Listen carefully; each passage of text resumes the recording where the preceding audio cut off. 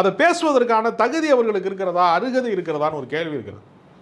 என்னதான் ஓபிஎஸ் அணி என்றெல்லாம் பிரிந்து போனாலும் கூட இன்றைக்கும் எடப்பாடிக்கு பின்னால் 63 எம்எல்ஏக்கள் இருக்கிறார்கள்.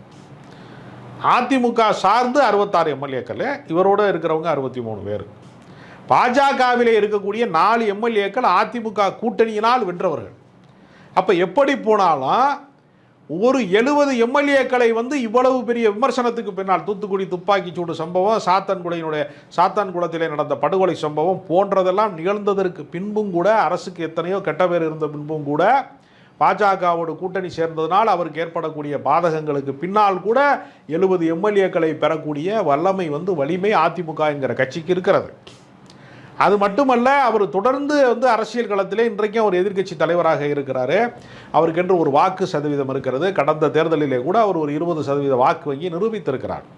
இந்த 20% வாக்கு வங்கியை நிரூபிப்பதற்கு எந்த விதமான வாய்ப்புமே இல்லாமல் புதுசாக கட்சி ஆரம்பித்தவங்க, இந்த சரியாக மீசம் முளைக்காதவங்கலாம் சொல்லுவாங்களா, அது மாதிரி முளைச்சி 3 இலை விடாத இவங்கெல்லாம் நாங்கள் அப்படி வந்துடுவோம் இப்படி வந்துடும் கனவு காண்கிறார். அது முதலமைச்சராக கனவு காண்கிற இடத்திலே விஜய் இருக்கிறார்.